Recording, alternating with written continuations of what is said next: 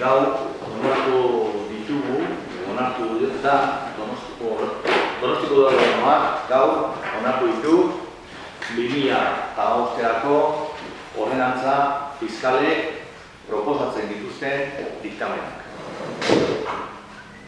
Guretzat, eta bildu bat izan da lau eta hauetan, politika fiskalak 3 ardatz ditu. 3 ardatz hauek ukiezinak, 3 ardatz, esaten bezala, gure politikarekin orohar bat egiten dutenak. Lehen ardatza, kalitatezko zerbitzu publikoak egunean izatea. Udal administrazioaren lana hiritarrek beharrezko dituzten zerbitzuak bermatzea da. Donostiako udalak urtero eskaintzen dituen zerbitzu publikoak indartzeko apostu sendo bat egiten dugu. Bigarren ardatza, instituzioaren bideragarritasun ekonomikoa ziurtatzea da.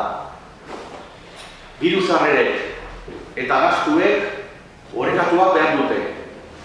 Eta politika fiskalak ere oreka hori ziurtatzea, bermatzea jo behar du. Hirugarrenik, politika fiskalak pertsonak izan behar ditu helburu eta abiapuntu. Guretzat hori da garrantzi handiena duena.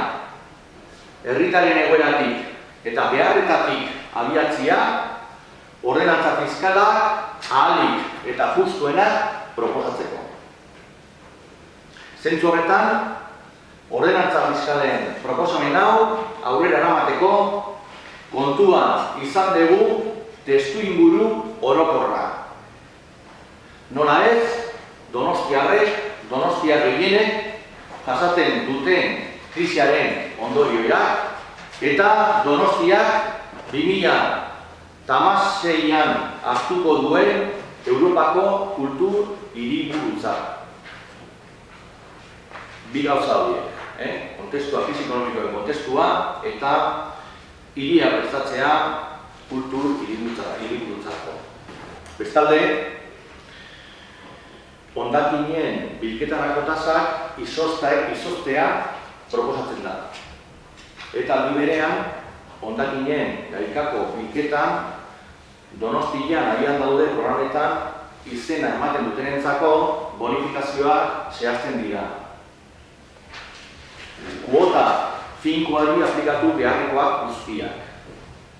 115koa edukiontzi marroiarentzat, bosgarren kontenedorea, 130ko auzo konpostarentzat eta 150koa auto konpostarentzat.